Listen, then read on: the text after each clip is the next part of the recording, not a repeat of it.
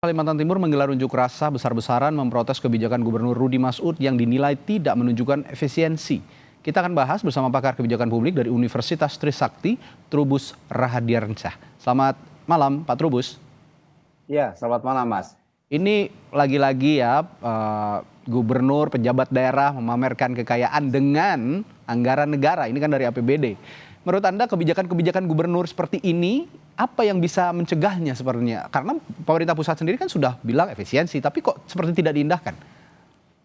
Iya, menurut saya yang harus mencegah ya publiknya sendiri, masyarakat yang ada di Kalimantan Timur ya, melakukan tekanan-tekanan. Jadi demonstrasi ini sebagai bentuk keresahan yang sudah memuncak, di mana kemudian saluran-saluran aspirasi demokrasi selama ini tidak didengar gitu. Artinya selalu mereka berpegang teguh kepada bahwa apa yang dilakukan kebijakannya itu sudah sesuai prosedur, kemudian juga sah, legalitasnya diakui dan sebagainya. Nah, ini menurut saya juga hal yang menjadi mencederai masyarakat. Karena apa? Karena publik melihat bahwa tidak ada konsultasi publik, tidak ada dualisme publik. Yang ada adalah semua kebijakan dibuat secara top down. Ya. Nah, inilah menurut saya menjadi potret di mana kemudian demo ini serasa memang membawa istilahnya dorongan perubahan lah yang begitu kuat kepada para elit atau pejabat yang ada di daerah tersebut.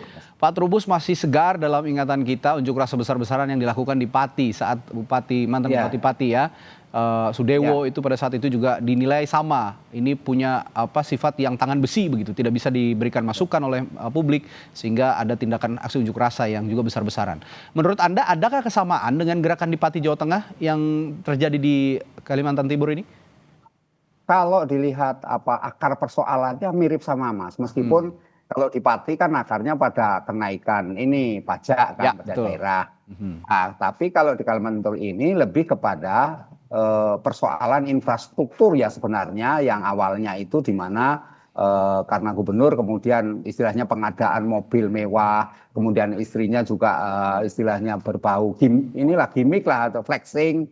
Nah, ini kemudian yang menyebabkan ada persoalan-persoalan di daerah Kalimantan Timur, misalnya sekolah-sekolah, puskesmas itu fasilitasnya sangat memprihatinkan, kemudian jalan juga banyak yang rusak. Nah, ini yang kemudian masyarakat merasa istilahnya tidak diperhatikan. Nah, ini yang kemudian memunculkan. Yang kedua memang gini, Mas, masyarakat di Kalimantan Timur ini kan saya lihat yang demo kan mahasiswa, ya ada penyandang disabilitas. Berarti mereka sudah istilahnya melek huruf dalam arti cerdas lah gitu ya, punya kecerdasan sosial yang baik, punya kesadaran yang tinggi terhadap demokrasi, dan mereka adalah intelektual yang terdidik. Karena itu menurut saya ini menjadi perhatian kita semua, khususnya pemerintah daerah di setempat, agar memperhatikan komunitas-komunitas dan anak-anak muda yang memang memiliki keterampilan, memiliki pengetahuan karena mereka kuliah, mereka sarjana, dan mereka mungkin punya pendidikan lebih tinggi juga, aksesnya ke luar negeri juga besar. Nah, itu harus diperhatikan, Mas. Gitu.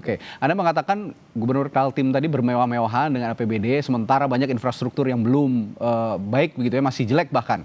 Padahal di Kaltim sendiri, yang saya tahu ya, koreksi kalau saya salah, ini kaya akan sumber daya alam dan sedang menjadi sorotan nasional sebenarnya, karena ada IKN juga di Kalimantan Timur. Nah, menurut Anda ini apakah mencerminkan kegagalan komunikasi kebijakan publik atau bagaimana?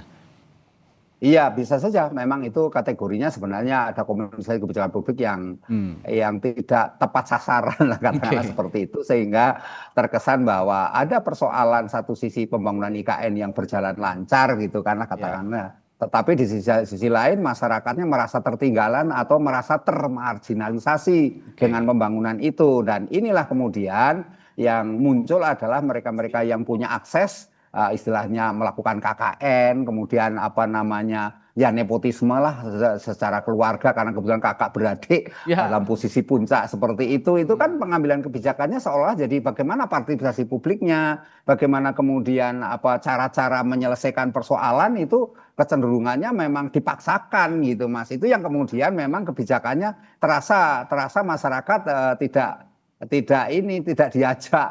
Diajak juga tidak diajak ini juga, tidak merasa memiliki, yang menjadi repot di situ, Mas. Terakhir Pak Trubus, tadi laporan jurnalis kami di lapangan, Rizal Mustafa mengatakan sampai malam hari bahkan ini pengunjuk rasa tidak ditemui oleh Gubernur Kaltim. Nah, Bagaimana sebaiknya Gubernur Rudi Marsudi ini merespons protes hari ini secara kebijakan publik yang bijak? Karena sampai akhir malam hari tadi, sampai akhir demo tidak ada komunikasi yang dibangun oleh dirinya dengan para pengunjuk rasa. Ya harusnya ini Pak Gubernur ini belajar dari kepala-kepala daerah lain, khususnya Pati yang juga mengalami yang sama, sehingga harusnya ini segera menemui ada semacam dialog publik yang harus dilakukan. Apa sih susahnya mengumpulkan ini perwakilan mereka untuk diajak ngomong lah gitu, hal-hal apa, unek-unek apa yang ingin disampaikan. Kemudian yang kedua, segeralah mengurangi perilaku-perilaku yang menurut publik itu ya membawa luka, katakanlah mengecewakan, membawa kemarahan. Itu dikurangi semua Mas, dan dalam hal ini juga melakukan pembenahan birokrasinya, karena birokrasi di Pemprov-nya itu diduga memang itu penuh dengan korupsi itu, dan inilah yang menurut saya juga harus dibongkar dengan aparat penegak hukum termasuk pemerintah pusat ya jangan diam aja, jangan jadi penonton. Itu juga mendorong kepada pemerintah daerah agar menunjukkan tanggung jawabnya, karena bagaimanapun itu dana publik Mas, dana publik itu pajak rakyat yang kemudian harus dipertanggungjawabkan. Itu menurut saya pandangannya Mas. Jangan sampai seperti Pati terulang kembali ya, dan seperti kita ketahui Bupati Pati ini berujung di meja hukum gitu. Baik, terima kasih Pak Trubus Rahardiansyah yang telah berbagi perspektif di Sapa Indonesia Malam, pakar kebijakan publik dari Universitas Trisakti. Selamat malam Pak, sampai jumpa lagi, saya selalu. Selamat malam Mas. Saudara, dalam kurun waktu 13 hari terakhir, Polri menangkap 330 orang tersangka kasus penyalahgunaan bahan bakar minyak BBM dan gas LPG. Kami kembali sesaat lagi dengan informasinya.